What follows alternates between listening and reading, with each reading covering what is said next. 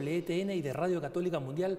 Soy Alejandro Bermúdez y quiero darles una bienvenida a una edición especial del programa Cara a Cara, aquí desde la sala capitular de la que fuera la Catedral de Madrid, la Basílica de San Isidro. Estoy con mi amigo y colega Alex Rosal. Alex es editor de Religión en Libertad y es director de la editorial Libros Libres y ha tenido y tiene mucha experiencia en el mundo de la lectoría católica a través de muchas iniciativas. Alex, gracias por estar con nosotros. Gracias a ti, Alejandro, encantado. Alex, tú tienes un recorrido largo en la prensa, específicamente en la prensa de temática religiosa, en la prensa católica. Cuéntanos un poco tu experiencia que te ha llevado hasta donde estás ahora con el portal Religión en Libertad y Libros Libres. Pues la verdad, Alejandro, que empecé muy jovencito en el mundo de la prensa católica, porque con 25 años me nombraron director de la Oficina de Comunicación de la Conferencia Episcopal Española. Yo era un pipiolo que apenas tenía experiencia, ¿no? Y la verdad es que eso me dio, vamos, un máster impresionante. Estuve, yo creo que 3 años. Fui el primer seglar oficialmente con tener un cargo en la sede del Episcopado Español. Y la verdad es que ahí aprendí mucho. Y sobre todo me di cuenta de la gran necesidad que tiene la Iglesia de comunicar y comunicar bien, ¿no? Y cómo muchas veces, por falta de ambición o por falta de luz, o no sé cómo llamarlo, muchas veces los católicos o la Iglesia como estructura abandonamos espacios que otros ocupan y que luego nos quejamos los católicos de que no tenemos voz en la opinión pública. A partir de ahí salté al Arzobispado de Madrid justamente para fundar el semanario Alfa y Omega y a la vez crear con la editorial Planeta una colección católica que se llama Planeta Testimonio. Y después de esas 2 etapas ya salté al diario La Razón a llevar también la información religiosa y el suplemento Fe y Razón, y después de montar la editorial Libros Libres en el 2000, que ha sido un poco la editorial donde me he podido desarrollar desde un punto de vista generalista, pero con una cosmovisión cristiana, poder publicar libros de toda temática, tanto política, económica, espiritual, por supuesto, de otro tipo de géneros, y de alguna manera pues intentar influir o intentar cubrir un espacio que quizás otros no cubrían, ¿no? En esta primera lección que tuviste cuando tenías 25 años y asumiste esta responsabilidad en el episcopado, Alex, dices tú que una de las primeras cosas que percibiste es que los católicos muchas veces perdíamos espacios o no ocupábamos espacios y después nos quejábamos de que eso sucediera. ¿Tienes algunos ejemplos de eso, que tú veas que eso sea una realidad en la que los católicos todavía seamos un poco lentos en ocupar espacios de comunicación? En el caso de España es curioso, pero se da una cierta esquizofrenia, porque España sigue siendo a día de hoy todavía un país, podríamos decir, mayoritariamente católico, o por lo menos culturalmente católico, en donde la práctica religiosa, bueno, pues todavía lleva a que 8 o 10 millones de españoles acudan a la Eucaristía todos los domingos o el fin de semana. Entonces, la potencia, podríamos decir, entre comillas, de lo católico, de lo cristiano en España, todavía es muy grande. Sin embargo, la representación que tiene esas creencias es prácticamente nula a nivel de la opinión pública o a nivel político. Por ejemplo, hoy en día tiene más representación de católicos en un parlamento como Pakistán, que es mayoría abrumadoramente musulmana, que en España. En España ahora mismo prácticamente la gente que se sienta en el Parlamento o en otros parlamentos autonómicos, la representación católica prácticamente no existe. En pocos días se va a aprobar leyes mal llamadas de no discriminación LGTBI y la el consenso político en España de ir a favor, por ejemplo, de lo que sería la ideología de género es total. En cambio, en otros países, aunque el católico sea minoritario, sin embargo, sigue teniendo una voz. Puede ser el caso de Bélgica o de la República Checa o de otros países donde apenas el católico representa el 10, el 15 o el 20% de la población. Aquí en España, por eso decía que hay una esquizofrenia total que no solo se vislumbra en el plano político, sino también tiene una correlación en los medios de comunicación. Si pusiéramos cualquier cadena de televisión o de radio, salvo muy pocas excepciones, no hay casi presencia católica. En España sí que funciona y funciona muy bien Radio María. Es una radio en su momento impulsada por el obispo José Ignacio Munilla y por su hermano. Pero salvo pequeños areópagos o pequeños espacios o plataformas muy determinadas, lo que podríamos decir la cosmovisión católica o cristiana prácticamente ha desaparecido de los altavoces en España. Bueno, eso claro, es una gran responsabilidad porque eso que ahora sucede venía sucediendo desde hace 15 o 20 años. Y el problema es que, a diferencia de Italia, que podría ser un país en donde hay una representación cultural y práctica de lo católico muy similar, sin embargo, en Italia la presencia de lo católico en la opinión pública es muy grande. También a nivel político tiene un hueco y tiene un peso muy específico, y sin embargo aquí en España no sucede lo contrario, ¿no? Y eso es una de las autocríticas que debemos hacer los católicos. ¿Por qué hemos llegado a esta situación? ¿Y qué debemos hacer? ¿Qué estrategia debemos de alguna manera implantar o discutir entre nosotros para que dentro de 20 años la situación no sea peor? Porque de alguna manera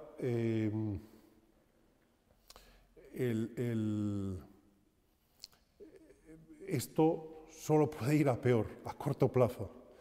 Pero sí que es verdad que si logramos reaccionar, o sea, yo lo que digo a veces es que la situación de los católicos en nuestro país es muy parecida a lo de los primeros apóstoles tras la muerte de Cristo. Tenemos de alguna manera el síndrome del cenáculo. Tenemos miedo, estamos encerrados en nuestras casas, nos sentimos minoría, nos sentimos muchas veces agredidos, no tenemos muchas fuerzas ni pasión para salir a la calle y a veces las estrategias o los proyectos que logramos elaborar son más propios de una cuestión meramente humana que algo más trascendental, ¿no? Entonces, los católicos debemos, en esta situación de debilidad, en esta situación de pobreza, lógicamente la cristiandad ha muerto. Estamos ahora en una situación de pequeñas comunidades, de grupos más o menos grandes, de familias todavía que viven la fe. Pero es verdad que la cristiandad en España ha muerto. Es un diagnóstico duro, Alex. ¿Qué es lo que quieres decir cuando dices que la cristiandad ha muerto en España? Bueno, pues que los católicos o el cristianismo ha desaparecido de la escena pública. O sea, ya hace unos años, históricamente, el cristianismo o el catolicismo lo impregnaba todo. Los medios de comunicación, las universidades, las escuelas. A lo mejor era un catolicismo que estaba implementado en la sociedad de una forma no del todo correcta, ¿no? O sea, de alguna manera, pues presionado desde el poder político. Y eso ha provocado quizás un cierto rebote o un rechazo de parte de la población. Pero hemos pasado de esa situación, que podríamos llamarla del nacionalcatolicismo, a una situación de franca minoría y de gran debilidad. Como decía antes, no tenemos altavoces, o los altavoces que tenemos, aunque se llamen católicos, no generan noticias o no generan cultura católica. Y lo mismo pasa en el campo político o en otros ámbitos en donde el catolicismo antes tenía una presencia real, ¿no? Entonces, de alguna manera se cumple la profecía del profesor Ratzinger en los años 60, ¿no? que decía que el cristianismo, de alguna manera, o la cristiandad iba a desaparecer como tal, íbamos a ir a una iglesia de pequeñas comunidades, de pequeños grupos, en donde de alguna manera pudiéramos vivir la fe y fortalecer la fe en esas comunidades. Ahora mismo, ante esa situación, solo nos cabe, porque humanamente hemos visto que poco podemos hacer, reclamar como los primeros apóstoles que el Espíritu Santo nos vuelva a iluminar y nos vuelva a dar fuerzas para salir a la calle y poder ser sal del mundo, ¿no? Ahora mismo estamos como en franca retirada. Siento dar este análisis tan negativo y tan pesimista, pero intento ser objetivo con la realidad, ¿no? En Claro, España es lo que ves. es lo que hay, es lo que vivo todos los días. Estamos en franca retirada. Y por lo tanto no tenemos fuerzas, no tenemos, o sea, desde el punto de vista humano tenemos unas seguridades que ya no nos valen. Por eso que hay que, quizás como plan pastoral, podríamos decir, que yo no soy muy partidario de los planes pastorales, ¿no? Porque se han demostrado en gran parte su ineficacia, ¿no? Pero si dijéramos, hay que hacer un plan pastoral para España, para revertir esta situación, el plan pastoral yo lo resumiría en una frase: hay que invocar al Espíritu Santo y que realmente entre en nuestros corazones, que nos dé fuerzas, que nos dé su gracia y que nos impulse a salir a la calle y con su gracia volver a estar presente en los altavoces que antes teníamos. En el campo de los medios específicamente, hay una presencia católica de guerrilla en cierto sentido. Muchos católicos hemos aprovechado las páginas web, hemos aprovechado Internet, las redes sociales para establecer un sistema de comunicación. ¿Cómo ves tú esta red? ¿Cómo la evalúas siendo tú uno de los protagonistas, porque tú tienes uno de los portales más influyentes que es Religión en Libertad? Pues yo creo que es positivo. O sea, Internet es verdad que nos ha dado la posibilidad de estar de igual a igual con los grandes, sin tener grandes medios económicos, ni grandes infraestructuras, ni tampoco mucho equipo humano. Podemos llegar a mucho público, ¿no? Podemos llegar a lo que la globalización nos permite con unos recursos muy pequeños, ¿no? Pues hace tan solo 10 o 15 años, para tener una radio, una televisión o tan solo un periódico, hacía falta una inversión ingente.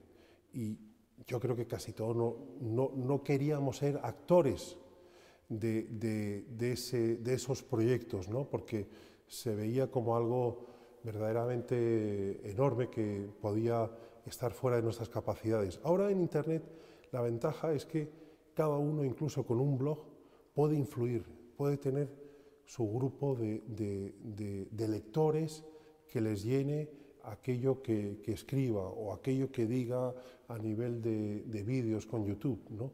Entonces eso realmente es una maravilla, como la técnica va a nuestro favor, porque la técnica e Internet, en este caso, lo que lamina son los grandes monopolios, los grandes grupos de comunicación que realmente ocupan todo el lugar, incluso los de los pequeños. Con Internet no. Ahora, afortunadamente, a nivel escrito, en España hay muchas páginas de temática religiosa o de evangelización que llega a gente de todo el mundo, con muy pocos medios, realmente influyendo. Y pronto en España, gracias a Internet, vendrá el tsunami de la televisión. Ahora mismo la televisión es un coto cerrado de unos cuantos poderosos, que son los que tienen el dinero y las posibilidades de mantener esas plataformas televisivas. Pero con Internet va a venir ese tsunami que va a arrasar con todo el modelo televisivo que tenemos ahora mismo, que es un modelo generalista, en donde solo dos grandes grupos de comunicación, que tienen prácticamente entre los dos 20 canales, son los que aseguran o acaparan toda la audiencia. Con Internet ya se está viendo en otros países como en Estados Unidos, vamos a una audiencia atomizada, en donde podemos tener a lo mejor algunos canales un 0,5, un 1%, 300.000 oyentes o televidentes, y así poder tener a lo mejor la cabeza, ¿no?, para poder influir. Por eso que yo, lo de Internet me parece una bendición del cielo que haya venido, que lógicamente para algunas cosas se utiliza muy mal, pero si se utiliza bien es una herramienta magnífica de evangelización. Ahora, tú sigues aún, ciertamente ha ido cambiando el ritmo de publicaciones conforme el mundo ha ido virando hacia lo digital, pero sigues con las publicaciones en libros libres. ¿Cuál es tu experiencia como editor de prensa escrita católica en España? Bueno, pues por una parte está el sector editorial en general, ¿no?, que en España, yo no sé en otros países, pero está muy machacado, podríamos decir, ¿no?, porque la crisis, ha habido en ese sentido como 2 o 3 enemigos del libro, independientemente también si fuera libro religioso o no. Primero, el móvil. El móvil es el primer enemigo, que nos va restando lectura al libro. El móvil está el mundo, está el WhatsApp, está el Facebook, están los mensajes o los vídeos que mandan los amigos o la familia. Y eso, quieras que no, antes no lo teníamos y nos permitía leer más. Por eso que para mí el móvil y el ordenador es el primer enemigo. Luego el segundo enemigo del libro aquí en España es la red de distribución. Con la crisis, posiblemente el 70% de las librerías han cerrado. Wow. Con lo cual, el punto de venta no existe. Y eso no facilita que el lector habitual vaya a comprarlo o por internet o se traslade a otro sitio que le queda más lejos de su casa y acuda a una librería a lo mejor más grande, más impersonal, en donde no está tan cómodo y no tenía esa relación tan personal con el librero del barrio, ¿no? Ese vendría a ser el segundo gran enemigo de nuestro libro, ¿no? Bueno, y el tercero ha sido la crisis económica, que indudablemente ha provocado un gran paro en nuestro país, y eso ha posibilitado o ha de alguna manera contribuido a que la gente se quitara gastos, y entre esos gastos estaba lógicamente en los primeros lugares la compra de libros, ¿no?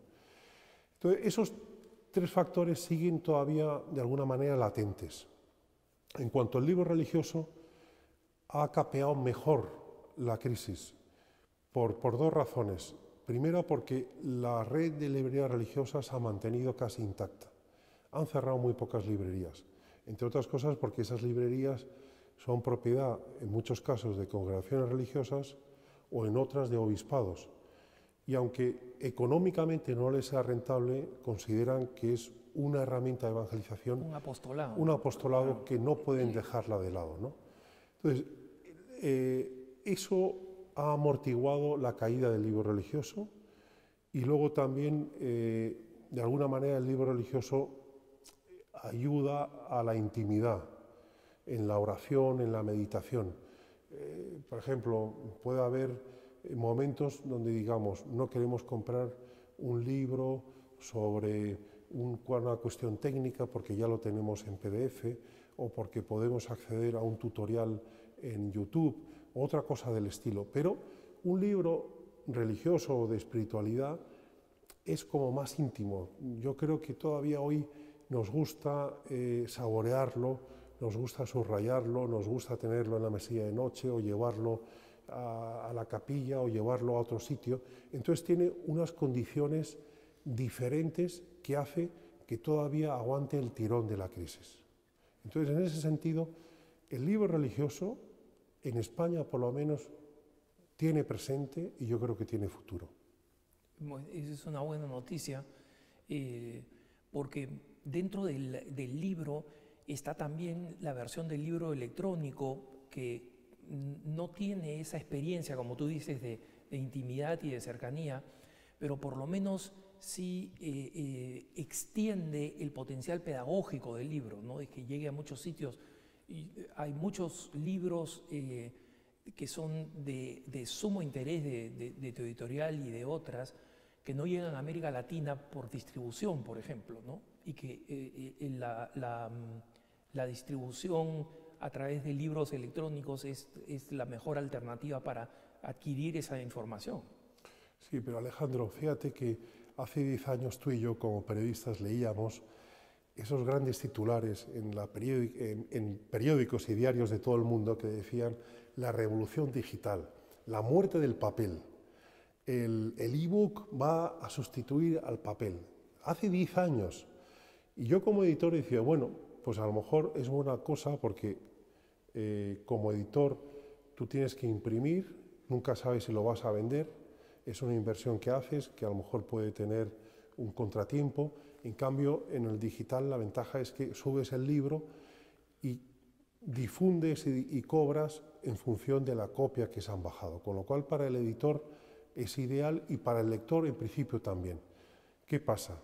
Que esa revolución que debía haber llegado no ha llegado, porque aunque el mecanismo del ebook, del libro electrónico es magnífico y la verdad es cómodo para leer, sobre todo para la gente que viaja mucho y no quiere llevar en su maleta esos 2 o 3 libros que de alguna manera te genera peso, ¿no?, de cara a las compañías aéreas. Sin embargo, hoy en día la venta del libro electrónico es bajísima. En las grandes editoriales muchas veces no llega al 1%. Wow. Al 1%, algunas dicen que el 5%, pero yo creo que lo correcto sería estar hablando del 1%, del 2% como mucho, y otras editoriales como la mía, incluso el índice es mucho más bajo. Con lo cual, es verdad que los libros están ahí a disposición del que se lo quiera bajar, pero la prueba es que al final el que lo quiera conseguir, lo lógico es que lo consiga comprándolo. Ya sé que en América Latina es más complicado encontrar libros que se imprimen en España, pero muchas veces el pirateo, como es la primera industria de España, desgraciadamente nuestros libros están prácticamente abiertos en Internet en PDF.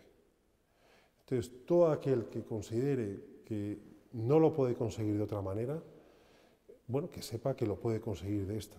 Ya sé que me estoy tirando piedras contra mi propio tejado, pero es que también es verdad que yo comprendo que hay mucha gente en América deseosa de leer libros y yo creo que en algunos casos buenos libros, y es verdad que el libro español que llega a América llega en unas condiciones de precio que son prácticamente imposibles, prohibitivas para el común de la gente, ¿no? Entonces, bueno, ante esa imposibilidad, el que tenga dinero, que lo compre, porque eso ayudará a que otros que no tengan dinero se puedan beneficiar. Y para que otros libros buenos se sigan editando, esa es, la adquisición mantiene viva la industria, es una de las cosas importantes. Sí, porque es que, mira, es curioso, pero alguna vez nos hemos encontrado en ámbitos católicos algunos religiosos curiosos que te dicen que hay que hacerlo todo gratis.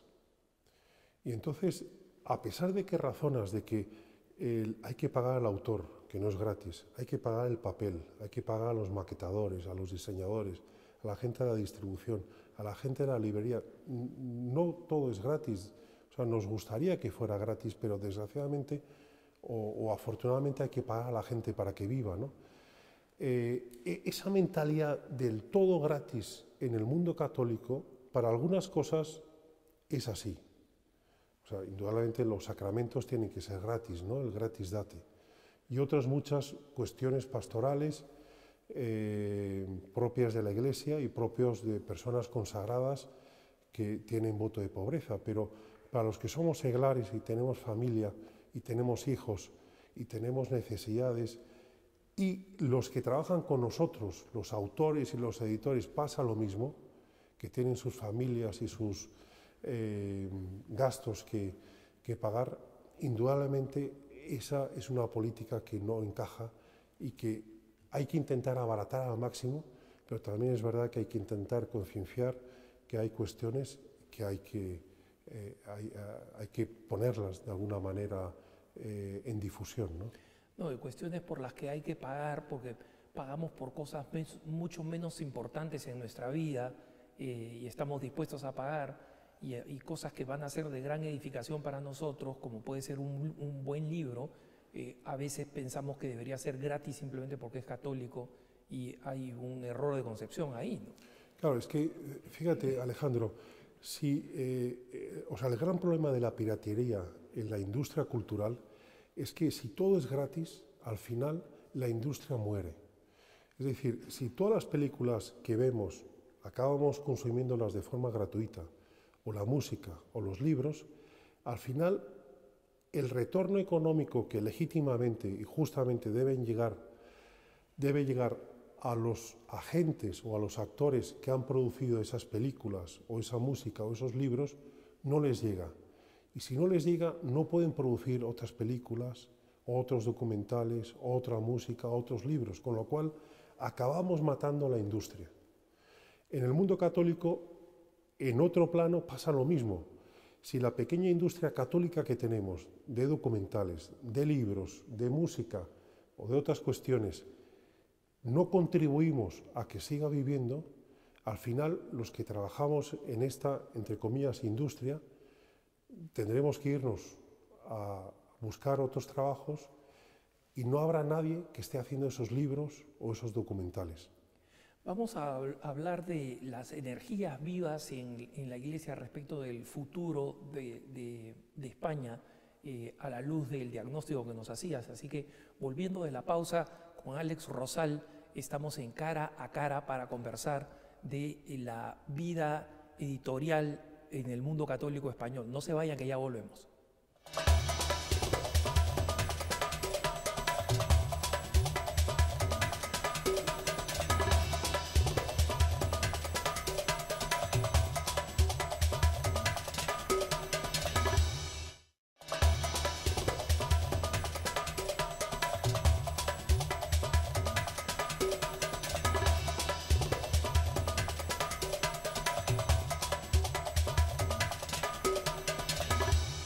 Estamos de vuelta en su programa Cara a Cara con Alex Rosal, un amigo y colega que considero uno de los católicos más informados sobre la cristiandad en España.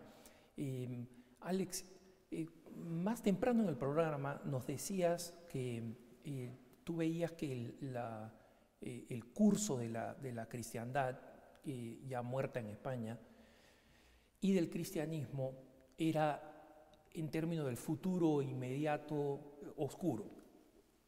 Pero pensando en plazos más amplios hacia el futuro, ¿tú ves energías, ves fuerzas que de alguna manera sean promisorias y esperanzadoras para el futuro de la fe en España? La verdad es que sí, Alejandro. O sea, hay motivos de esperanza, ¿no? Quizás el primero es que los españoles, que siempre tenemos o hemos tenido hasta hace poco una mentalidad paternalista, en donde queremos que el Estado nos solucione nuestros problemas, o en el caso de la fe, todo lo relacionado con la religión, dejamos o lo cedemos a que sean los obispos o los sacerdotes los que se ocupen de crear medios o de intervenir en la vida pública. Afortunadamente, esa visión paternalista ha ido menguando, y hoy en día el católico o el seglar de calle tiene ya una cierta mentalidad más en sintonía con el papel de los seglares que concebió el Concilio Vaticano II, ¿no? De que sean los seglares los que se ocupen de las obras temporales, de que intervengan en la vida pública, en la que creen todo aquello que sea propiamente estructuras del día a día, ¿no? Entonces, en ese sentido, esa mentalidad de alguna manera se ha apartado. A eso se ha unido también que el propio episcopado o el clero también se da cuenta que su influencia no puede ir más allá de lo que sería sano desde el punto de vista eclesial. Es decir, hasta ahora el episcopado español, con una gran generosidad, se ha encargado de impulsar en el campo de los medios de comunicación muchísimos medios, ¿no? Muchos recordarán que el episcopado tenía en propiedad un periódico como el Diario Ya, que era un periódico generalista de tirada nacional. También impulsó la cadena COPE, también a nivel general. Y últimamente algunas cadenas de televisión como 13TV. Bueno, pues yo creo que ahora mismo hay una conciencia de que esas tareas propiamente le corresponde al seglar y que en todo caso los obispos o el clero lo que tienen que hacer es acompañar a los seglares a esa tarea concreta, pero es una cuestión propiamente de laicos. Con esos dos encuentros, con esos dos puntos de encuentro de menos clericalismo y más conciencia seglar de actuar en la Iglesia, llegamos a un punto en donde empiezan a haber o comienzan a haber iniciativas todavía pequeñas, todavía inmaduras, todavía imperfectas, pero que podríamos decir que son los brotes verdes, ¿no? Que son esos brotes verdes de la nueva evangelización que también en los medios de comunicación necesitamos en España.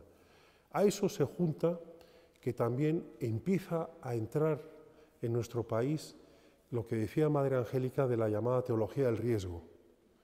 Es decir, hasta ahora confiábamos mucho en nuestras propias seguridades, en nuestras propias, podríamos decir, seguridades económicas, seguridades de influencia, de cualidad, pero todo eso, como ha ido muriendo, ahora mismo nos sentimos con una pobreza humana grande, donde no tenemos dinero, donde no tenemos poder, donde no tenemos influencia, y gracias a esa pobreza humana es cuando el Espíritu Santo puede entrar en nosotros. Entra en nosotros y entra también en esos proyectos que nacen prácticamente de la nada, de un espíritu evangelizador, de unas ganas de transmitir el Evangelio, pero sin ningún tipo de condición, podríamos decir, empresarial, ¿no? Lo que decía Madre Angélica de que hay que dar ese paso prácticamente en el vacío y que luego la gracia te ayudará en el siguiente paso y así hay que empezar a andar en ese tipo de proyectos, es lo que yo veo que ahora mismo está sucediendo en nuestro país. Iniciativas de lo más variopintas, de lo más curiosas, pero que tienen un espíritu evangelizador y una fe y una confianza en Dios enorme de que Dios va a ser con su gracia la que va a impulsar y va a darle fuerza a esos proyectos. Estamos, yo creo que ahora en esa situación, con lo cual es una situación, podríamos decir, de un kairos, de una gracia especial. Yo creo que cuando tenemos debilidad es cuando el Señor puede estar ahí. Si empezáramos a hacer esos proyectos con grandes cantidades de dinero, con grandes cantidades de apoyos de todo tipo, posiblemente el Señor no lo bendeciría. Y ahora, como estamos en la situación completamente contraria, es cuando da la sensación que ya se empieza a ver, ya empiezan a madurar esos proyectos. Alex, ¿cómo ves estos brotes verdes, estos brotes esperanzadores en lo que se refiere a la llegada a la gente joven? En España, esto es algo universal, pero en España se ve de una manera un poco más aguda la agresión con la que la cultura acosa a los jóvenes con mensajes que son claramente antievangélicos, ¿no? En la Iglesia, después de una auténtica catástrofe a nivel vocacional, que significa básicamente el fracaso de la pastoral juvenil en buena medida, ¿ves tú también signos esperanzadores en ese campo? Completamente. Ahora ya es curioso, pero en España quizás la zona más descristianizada con diferencia es Cataluña. Ahora mismo la primera religión en Cataluña son aquellos que se declaran agnósticos o ateos. La segunda, todavía los que se declaran católicos, pero casi empatados aquellos que se dicen musulmanes.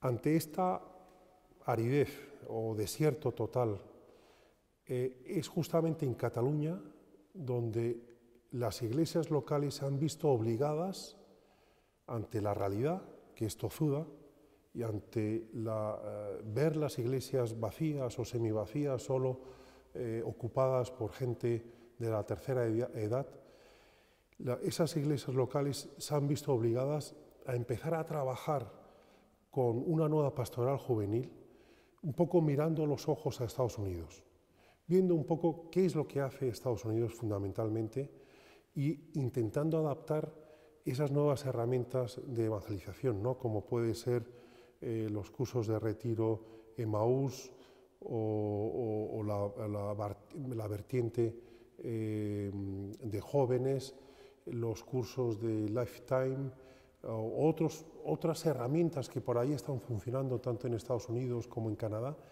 y donde más se están implantando justamente es en Cataluña. Todavía aquí en Madrid o en otras provincias no se ve las orejas al lobo.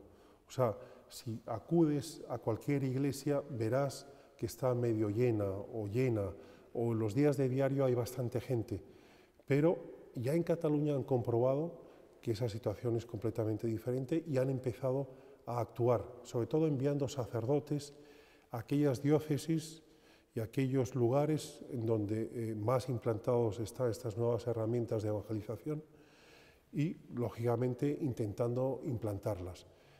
Lo bueno es que están funcionando, que están atrayendo a un público joven. También otros aspectos más carismáticos. Pero, o sea, el mensaje positivo es que no está todo perdido, que a lo mejor hace falta una nueva evangelización, como decía San Juan Pablo II o Benedicto XVI, ¿no?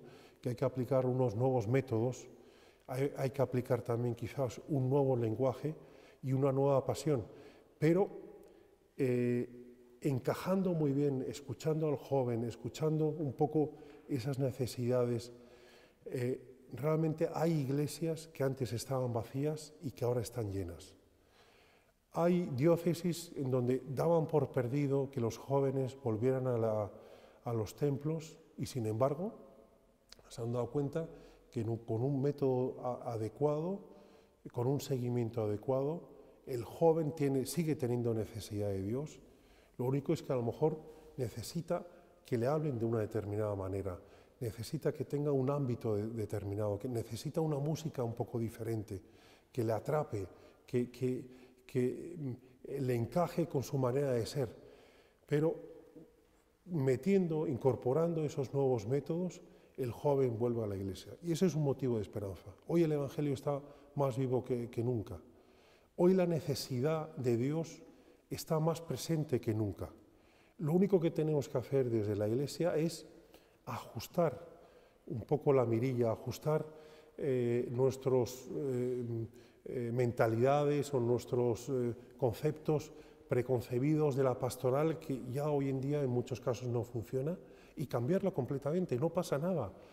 A lo mejor la música que durante 50 años hemos cantado en las iglesias ha sido la idónea, pero a lo mejor ahora ya no gusta a la gente más joven. No pasa nada por cambiarla. Ahora mismo la predicación o la manera de lanzar el querigma, de predicar el Evangelio, tiene que ser de otra manera, como lo ha sido durante los últimos 2000 años, que si nos damos cuenta, cada época ha tenido diferentes formas de acercarse al otro. Bueno, pues ahora deberíamos ser un poco generosos en no aferrarnos a esas pastorales caducas e intentar probar lo nuevo que está funcionando. Claro, especialmente porque está funcionando. Es el ejemplo que mencionas de Cataluña es realmente esperanzador. Claro, no sabía los terribles números de la situación de la fe en Cataluña, pero el hecho de que los jóvenes estén regresando a la parroquia es definitivamente un signo de esperanza. Este tema de la esperanza, de ser signo de la esperanza, me da la impresión que es un tema más o menos central en la manera como tú afrontas el apostolado que haces en Internet. lo veo en Religión en Libertad, tienes un gusto por noticias que animen a los católicos, que sean buenas noticias para los católicos. ¿Cómo abordas ese tema de la esperanza a través de Religión en Libertad y de tu apostolado en Internet? Bueno, primero era una intuición que teníamos, que ante el marasmo de noticias negativas que hay en casi todos los medios de comunicación, teníamos que intentar ofrecer esperanza a nuestros lectores, sabiendo que la mente humana tampoco es capaz de abarcar toda la negatividad que desde otros medios se está volcando todos los días. O sea, llega un momento que el cerebro dice basta, ¿no? Y por otra parte queríamos mostrar tantos testimonios e historias de conversión que hay en el mundo y que otros medios no se ocupaban. De alguna manera queríamos ser un poco notarios de lo que Dios hace en el mundo. Notarios de cómo Dios actúa, cómo Dios toca los corazones, cómo hace milagros, cómo de alguna manera transmite su poder en todo el mundo, y lo hace, no hace 2000 años, sino que lo sigue haciendo hoy mismo en todas las partes del mundo, ¿no? Entonces queríamos de alguna manera transmitir que vale la pena confiar en Dios, porque Dios es poderoso, porque a pesar de que nuestra situación sea calamitosa, Dios tiene capacidad de salvar nuestra vida y de salvar nuestra pobreza y dar una vuelta completamente a la situación que cada uno tenga.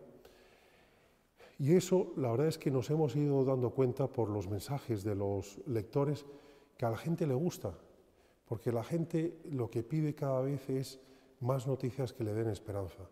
Todos tenemos problemas, todos, absolutamente todos. Eso es la cruz, es lo más democrático del mundo.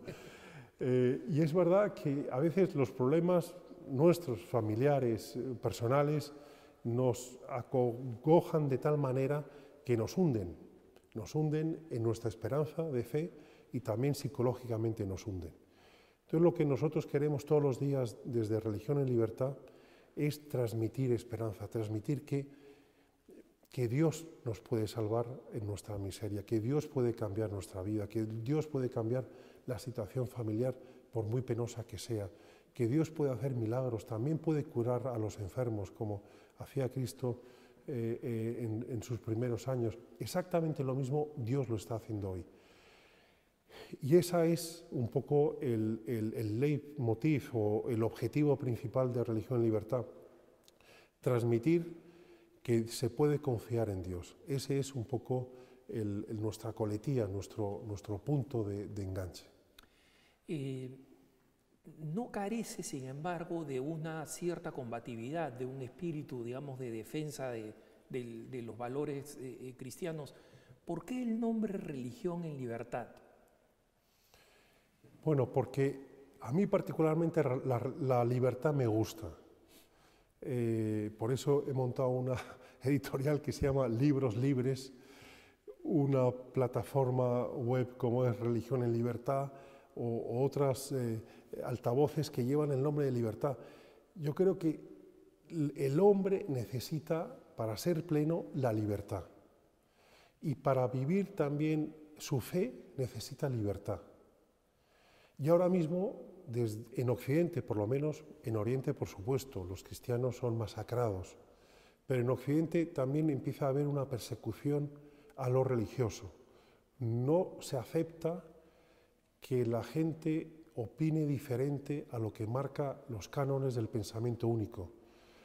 Y cada vez hay más legislaciones en muchos países en donde se intenta coartar la libertad de las personas. Y entre esas libertades, no solo la libertad de expresión o de pensamiento, sino también la libertad de conciencia y la libertad de creencia y de religión. Por eso, hace 10 años, cuando empezamos con el diario, ya veíamos que esa dictadura del pensamiento único iba a llegar tarde o temprano a Occidente. Y por eso decidimos ponerle el nombre de Religión en Libertad, porque queremos vivir nuestras creencias, nuestra manera de pensar en libertad.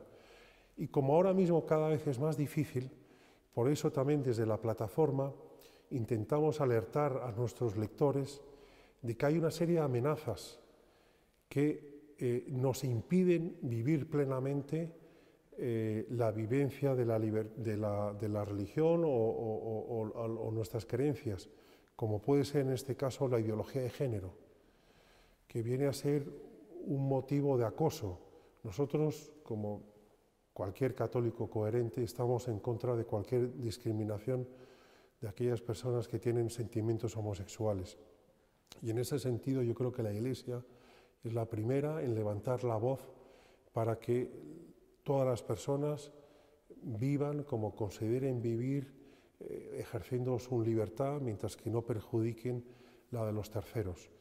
Pero eso no implica a que esa ideología quiere meterse en nuestras vidas y sobre todo quiere meterse en la manera que tenemos de educar a nuestros hijos o de vivir la vida con nuestra propia cosmovisión, que tenemos derecho.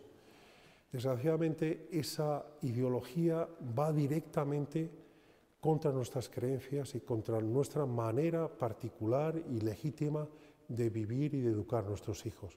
Por eso que nosotros, de forma periódica, estamos alertando contra esa amenaza a nuestra fe y a nuestra libertad.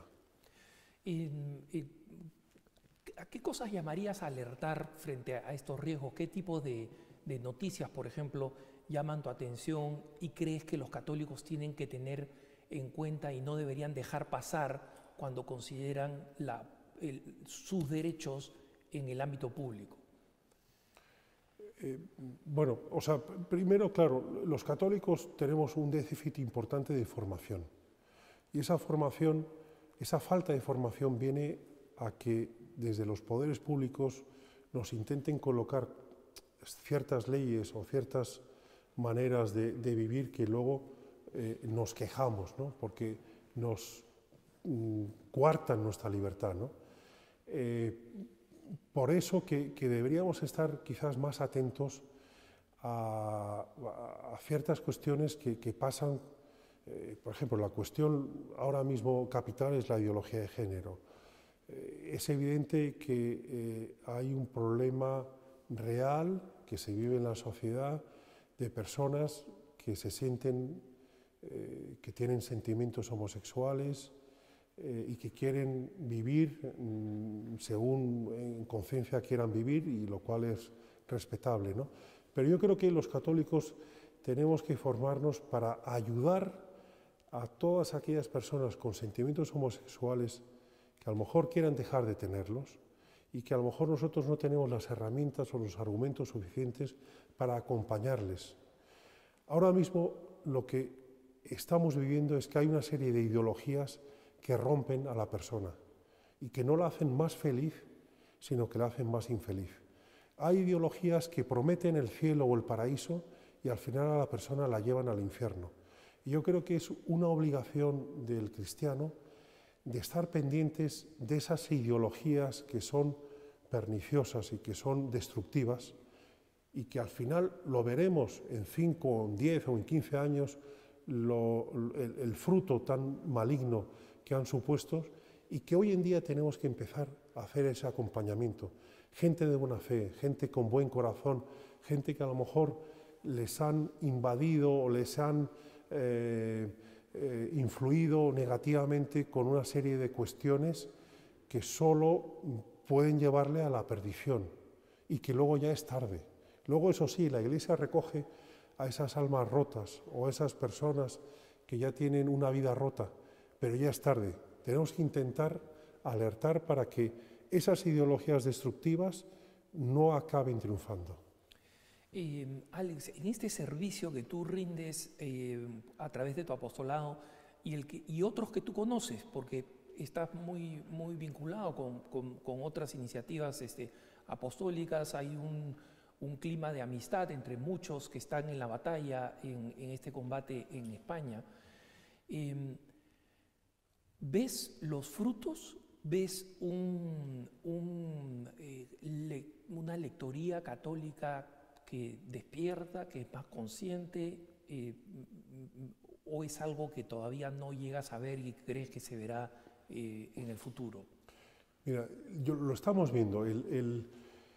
La influencia tan negativa de esas ideologías se está haciendo tan patente que ya hay muchos, podríamos llamarlos, católicos culturales, católicos que a lo mejor no tienen una fe, no han recibido el regalo de la fe o no han tenido una educación católica lo suficientemente fuerte para que estén en grupos de oración o en comunidades, ¿no? Pero sin embargo se dan cuenta que lo que le están transmitiendo a sus hijos, a su familia o a la sociedad en general no es algo bueno. Tienen un sentido común para distinguir entre el bien y el mal. Y ya esa gente que podríamos decir católicos de la calle, que a lo mejor acuden a la iglesia una o dos veces al año por Navidad o por la muerte de un familiar, sin embargo esa gente empieza a darse cuenta que hay que dar un paso más, que a lo mejor no tienen la fe y se golpean el pecho porque no han recibido ese regalo, pero sin embargo dan los pasos para seguir formando a sus hijos en católico, para apoyar iniciativas en católico, para alertar a otros amigos o familiares de que nos están dando gato por liebre y que la sociedad está cambiando de tal manera que vamos a ser víctimas de esas ideologías. Esos brotes verdes también en ese público amplio de católico cultural con sentido común se está viendo, se está percibiendo. Es esperanzador que exista este despertar. Para concluir un poco, Alex, ¿cómo ves tú este despertar en el ámbito de la familia? Especialmente, te preguntaba antes por los jóvenes, el paso inmediato es esos jóvenes se casan y comienzan a enfrentar el desafío de criar hijos. ¿Cómo ves tú estos signos de esperanza en esta generación de padres que va a tener que criar hijos creyentes para el ámbito cultural en el que nos encontramos? Lo que se está dando en varias diócesis españolas es un fenómeno curioso, y es que gente que a lo mejor llevaba 30 o 40 años fuera de la iglesia ha acudido a un retiro carismático, el retiro de Maús, que aquí en España está teniendo mucha fuerza, otros retiros un poco del estilo, y les ha cambiado la vida. Gente que incluso educaban a sus hijos en el agnosticismo o en la libertad absoluta, y sin embargo, con los años la biología ayuda. Es verdad que Pablo VI decía, aprendí a vivir pensando en la muerte. El horizonte de la muerte es verdad que ayuda a que nos demos cuenta que a lo mejor en 4 días no estaremos aquí y que tenemos que prepararnos de cara al juicio final, ¿no? Es verdad que siempre tenemos, afortunadamente, la imagen de la misericordia de Dios que va a rescatarnos a pesar de nuestros pecados, ¿no? Pero esa biología está muy presente, sobre todo en la gente de mi edad, de 50 años, de 55 años, y entonces empieza a haber un cambio bastante cualitativo y cuantitativo, de gente que tiene hijos, a lo mejor los tiene mayores, pero que empiezan a preocuparse si estos hijos se casan, cómo se van a casar, si van a tener fe, si no tienen fe, su matrimonio durará o no durará, eso provocará un sufrimiento. Pues vamos a dar yo un primer paso, vamos a recuperar la fe o a tener la fe y a intentar transmitir a los demás. Eso es un fenómeno todavía muy incipiente, todavía que no aparece en los medios de comunicación, pero es verdad que en varias ciudades de España, sobre todo las más numerosas, ¿no? Madrid, Barcelona, Sevilla, Valencia, está habiendo una revolución todavía muy oculta, pero que está provocando que mucha gente vaya a la iglesia, que mucha gente se incorpore, que quiera ayudar, que ha tenido una conversión y que diga, bueno, ¿y ahora qué puedo hacer para intentar sostener otros apostolados? Esto es algo todavía que está bajo la superficie, pero que el día de mañana, bueno, pues ya se va a empezar a ver los frutos, ¿no? Es una noticia muy esperanzadora, agradecer Minorías Creativas. Gracias, Alex, por habernos acompañado en este programa que Dios siga bendiciendo tu apostolado. Gracias por habernos acompañado en EWTN y Radio Católica Mundial en este su programa Cara a Cara. Recuerden que nosotros, como pedía Madre Angélica, confiamos absolutamente de la providencia, vivimos absolutamente de la providencia y por eso necesitamos de sus oraciones. Recen por nuestro apostolado y también de sus contribuciones, para que estas contribuciones permitan que este apostolado siga creciendo y que más brotes verdes se puedan ver en el mundo de habla hispana. Muchas gracias, que el Señor los bendiga y hasta la próxima con Cara a Cara.